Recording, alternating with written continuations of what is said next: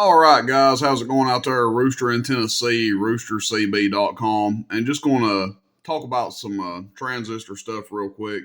In particular, should you ever need to repair your amp and replace transistors? Had an interaction. I feel like I say this all the time. Had an interaction with a eBay customer yesterday, and we ended up having a little bit of back and forth about it. He was wanting to buy two 2879Cs to, I'm assuming, repair an amp that had blown a couple of transistors out of it. And to his credit, he did ask if I had the, what was it, 20 D08s, which is an earlier batch number, earlier version, I guess you'd say, of the 2879C. Now, the ones I have, these are from 2024. I'm about to have to order some new ones. I think these were sent to me March, April, May, something like that of 2024. So these are going to all be 23 D08, which more importantly than that is when you're matching these, is the HFE number. A lot of people call it the gain number. We've talked about this before, a little bit of a hot topic, that little 78 up in the corner. And just like I've discussed before, if you hook these up to, whatever transistor checker you want to use, a lot of people use the little blue atlases, you're not going to get that same number. It's just not going to happen because the voltage that they're tested at with that, and just a difference in test equipment versus what they're using at the factory. So again, when your amp builders are building your amps, they're going by the number on the transistor. If you get a 16 pill, they're all going to be matched at 78, for example. Or if you've got a batch that's got a higher HFE, whatever, they'll all be matched to 85. Now, that being said, I've said this before, from HG, they state that you can be within 10 numbers, 10 digits each side of that number, and they will run in harmony together. Now, what I'm about to say is circling back to the customer, rather. He ended up getting upset because the transistors he received were 23 D08 instead of 20 D08. Now, they're both 2879Cs, just different iterations, I guess you'd say. He received matching transistors, two of them. Now, here's the problem. I did accept his return. That's fine. He can send them back, even though we had a back and forth. I accepted his return and allowed him to send them back. The problem we're running into here is this gentleman was more concerned with the lot number or batch number than he was the HFE number. And I can only assume that he was going to patch this amp up and send it on down the road to somebody and try to say, well, all these transistors are the same batch, they're all 20 D08, so it's fine. What happens with these HG transistors and most transistors in general, it's a little bit more finicky with the HGs, as you guys probably know, than the Toshibas, but Toshibas are a thing of the past, so it doesn't really matter. Once you use these transistors, from the first time you key them down in the amplifier, apply voltage to them, key them down, transmit on them, this HFE, or as some people call it, gain number that the transistors are matched by, will drop. Okay?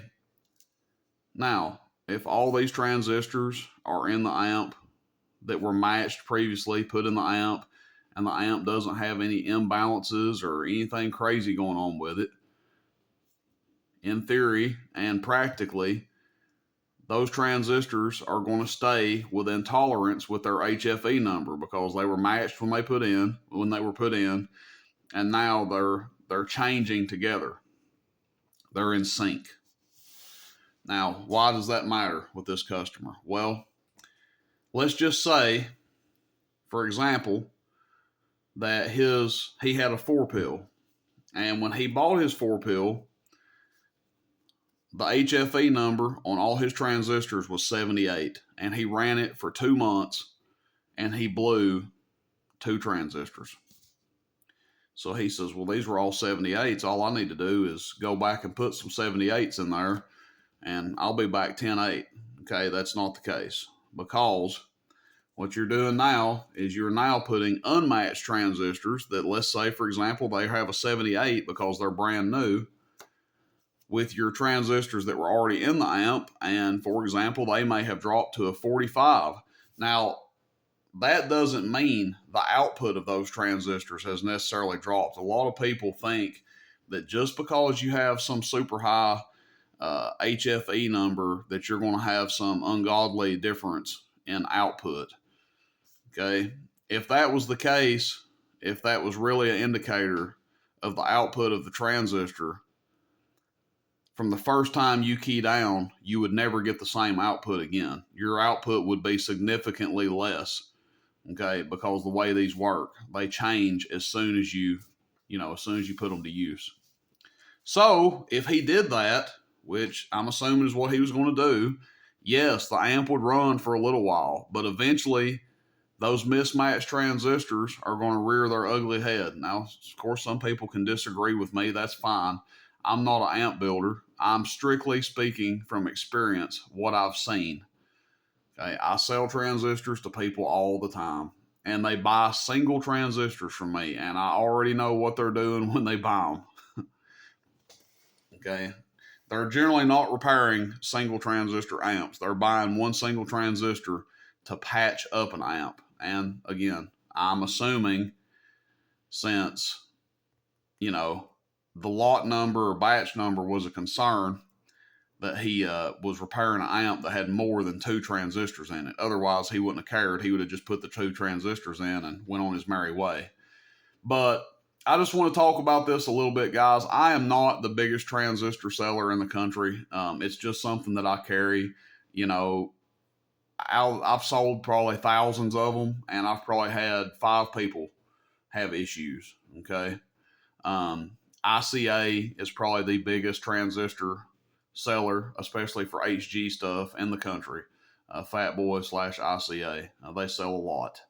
I just keep them on hand to have something to offer, kind of a one-stop shop where you guys can buy microphones, transistors, antennas, radios, just a little bit of everything.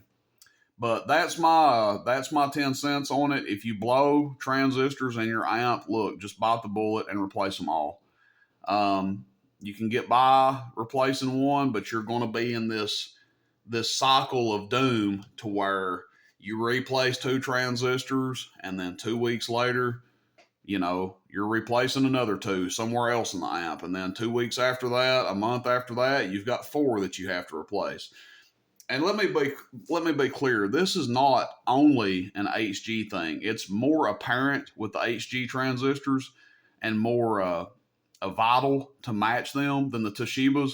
But this happened with Toshiba amps all the time.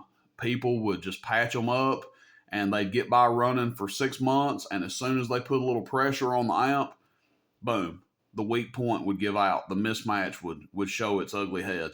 And the same thing will happen with these. Again, it's more vital to match these to that HFE number than it is on like the Toshiba amps. You can get by with it on those a little bit more. But again, Toshibas are a thing of the past. I mean, people are paying $100 for used transistors. I mean, come on.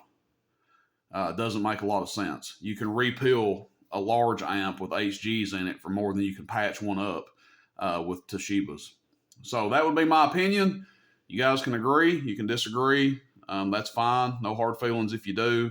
But that is my advice. It's not a scheme to sell people more transistors by any means.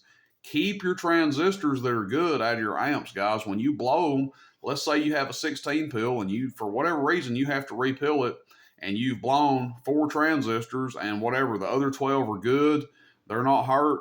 Stick those 12 back that are all probably close to the same HFE number, and you can patch up your 2 pills, your 4 pills, whatever you need. But just don't go mismatching brand new transistors with ones that have been running an amp for 6 months, because again, it's just going to keep happening. You're going to keep blowing transistors, and you may save some money up front, but eventually it's going to be like a diminishing returns thing. You've already, by the time you have done this several times, you could have just bought an entire set of transistors and fixed the amp properly from the get-go. All right, everybody have a good one. You guys are always free to share your comments and thoughts on it. Some people disagree. Again, there's more intelligent people when it comes to amplifiers out there than me. I don't build them.